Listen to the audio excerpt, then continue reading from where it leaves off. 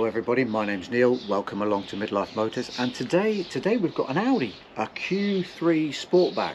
Quite a handsome looking thing, but I've been umming and ahhing, how do I feature this car? I mean, it's brand new, so I haven't done anything to it. I'm not going to throw this down a country lane because it's not that sort of car.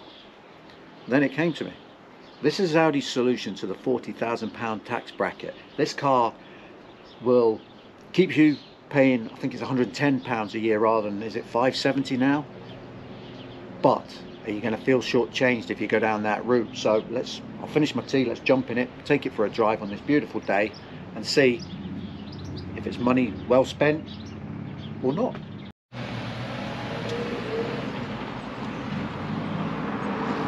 There's a little bit of an elephant in the room before I go any further. This Q3 is a manual. Now, personally, I like that, but I think most Q3 owners are going to want an automatic gearbox. But I've driven the car a little bit now, it's a lovely gearbox. Clutch pedals are a little bit heavy, but it slots in really nice. Once this car gets on some miles on it, that's going to be really nice to use. So not a drama for me, that. It's a 1.5 petrol turbo, 150 horsepower, so it's not going to set the world on fire. We're in comfort mode and it's running along quite nicely on comfort mode just now. The ride's good.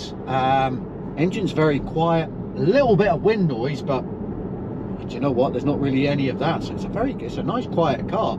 Now it is quite dark in here, and I'm a little bit surprised that it's a wee bit plasticky actually. I thought Audis were going to be a little bit more upmarket. It's not as plasticky as a Volkswagen though, I'll give it credit there. The one thing I would have to say though, I'm sitting in these seats, S-Line or something. Wow, these are superb. So hold you in all the right places, particularly the shoulders. I've never sat in a seat with such good shoulder support. Lovely day today. So yeah, really liking the seats. And when I've been using the car, I found all the controls, everything you touch is lovely. Steering wheel, the gear stick, the stalks, using the screen, it just flicks beautifully. That's really good as well. We'll come back to that when we park up. So yeah, I can understand why it does feel premium from an interface point of view. Now, there's a couple of blanks though. Come back to our price point. We don't have any heated seats, and I can see the two buttons for them. Today, that doesn't matter. Would that bother you all the time? Do I use heated seats? I don't think I use heated seats a lot anyway, so I think that's something I could maybe live without anyway. I'm going to flick from this camera to this camera now, because you can see the interior of the car and you can see that it's quite dark in here. It would really benefit if you're getting a Q3, if you can stretch the budget. I'm not sure you can though. You'd want a panoramic roof. You definitely want a panoramic roof just to lighten it. Up front here, it's nice, very, very spacious, but it feels a little bit dark, really, because it is dark, really. On the exterior, we'll have a look when we pull over in a second. You can't go mad on the colours on a car like this because you're trying to keep below that £40,000 threshold. So white wouldn't usually be my first choice, but because this is a black edition, I think the white sets off the black nicely, so it's kind of made it there, so we can give it a tick for that. Okay, I'm going to pull in up here, we'll have a better look round, and then I have found the button that puts it into dynamic mode, so we will have a push on round some corners and see what performance it does have to offer. But as just a drive, lovely, absolutely lovely. And the gearbox, I mean, it slots in really nice, it's superb.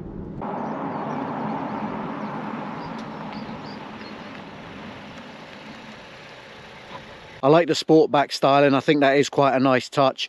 Not everybody's cup of tea, and I'm not a massive Audi fan, but I always thought the A7, you know, the saloon version, always looked good. It pulls it off, and I think this does the same. Now, we have to bear in mind price point all the way through this video, and on the outside we have to do that as well. But there are a couple of optional extras. One I know of is the 20-inch wheels, and I think they were a good choice because they really make a difference to the car. It doesn't have keyless, which I'll be honest with you is a bit of a pain in the bum, because you even need the key to that. It doesn't even have push button start. The other option though, these two options, I think if you tick them, the car, you get a £5 back on your 40 grand. The other one though is a good option, and that is the powered tailgate. Excellent option. Nice size boot, all the seats, the rear seats split, which is great as well. One of the cost savings though is no spare wheel, but I think you could live without that. Powered boot is good, but yeah, I think the back looks good. I think it pulls it off well. Coming around this side, yeah, it's a nice angle. I mean, personally, I'd lose the badges because I think they look crap. Get rid of the dealer number plates, and then you've got a good looking car that nobody would know was any more or less expensive than the rest of them.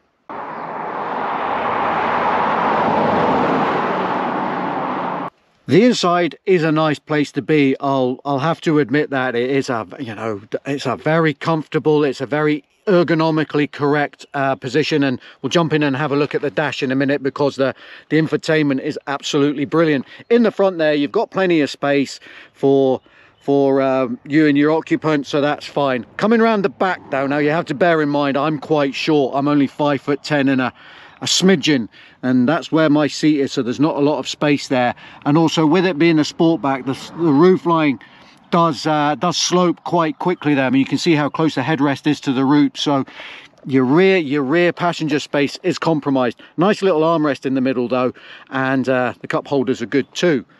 Right, I'm going to jump inside and we'll have a quick look at the tech. Before we go through the screens and everything else, I just wanted to point out, I know I've been saying I do enjoy using this gearbox, and I like it even more because the armrest here is just in the perfect position just to flick between the gears, and it just makes the drive really nice. And these cup holders are deep enough that if you had a can of Coke there, you wouldn't knock it. That's a brilliant bit of design. Whilst we're down here, these two are missing. I think they'd be the heated seats like we said earlier. Don't know what this is all about. I guess maybe on a better model there'd be something more here. But the radio, easy to turn on and off. Press the button, comes on. Turn it up, turn it down, turn it off. Love that, brilliant. Thank you, Audi. And also thank you again, because climate control on, turn it up. I've got the AC on, adjust the temperature, turn it off. I mean, how simple is that? Why are people trying to change that? The screen here, this has got all your apps on it, so you can see the sat nav there. You just flick through it, so you've got your media, your Apple CarPlay, really easy to connect to. I think this car's actually online at the moment, I noticed earlier. But yeah, everything's there, everything's easy to use. Just select it as and what you want. I was actually looking at earlier, I was looking at the weather, because it loads the information, because yeah, the car's online, which is good touch. Now coming back here, got a clear driving screen, which is excellent. All the controls really easy to use, nice clean steering wheel. I've had it on consumption here because I just wanted to see what it was like. 35.6 miles per gallon I'm averaging, but I've been doing quite a lot of stop-starty filming, so that's not the best. You can change the view to various things, so I think you can have your radio there. I think you can bring the nav up. There you go, so you can have your nav there. Change the view back. All very good, all very easy to use. Car's got auto lights, it's got auto wipers, and what is the temperature just now? 19 degrees, which is lovely. There we go, a nice place to be, easy to use. I'd have to give Audi a thumbs up for this system.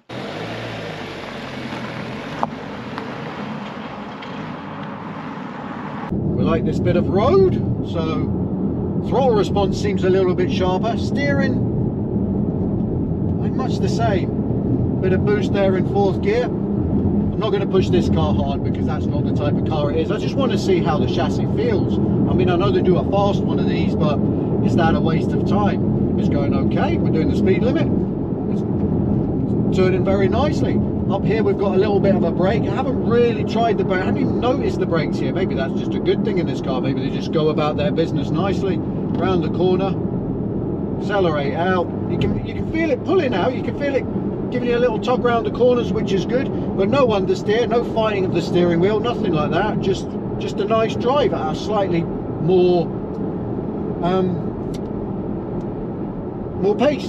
Now we were in dynamic. I'm going to put it back in to comfort because I don't think dynamic made any difference whatsoever. We'll try a couple more corners here, and then that'll be it for this car, because it really doesn't, I think, enjoy this. It wants to just cruise, and who can blame it? So off camber this one, we take it nice and steady.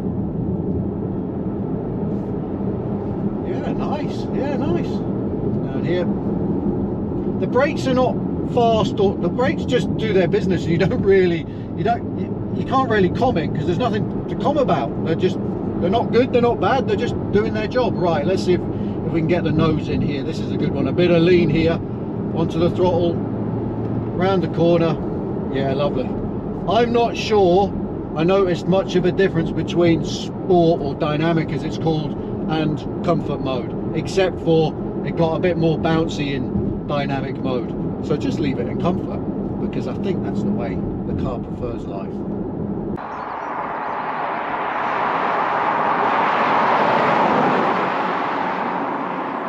That is the Q3 Sportback 1.5 turbo, black edition, all the whatever it's called, all that sort of stuff, and it is fantastic. This is a great car. Now, would I have spec'd it the same way? I'm not too sure.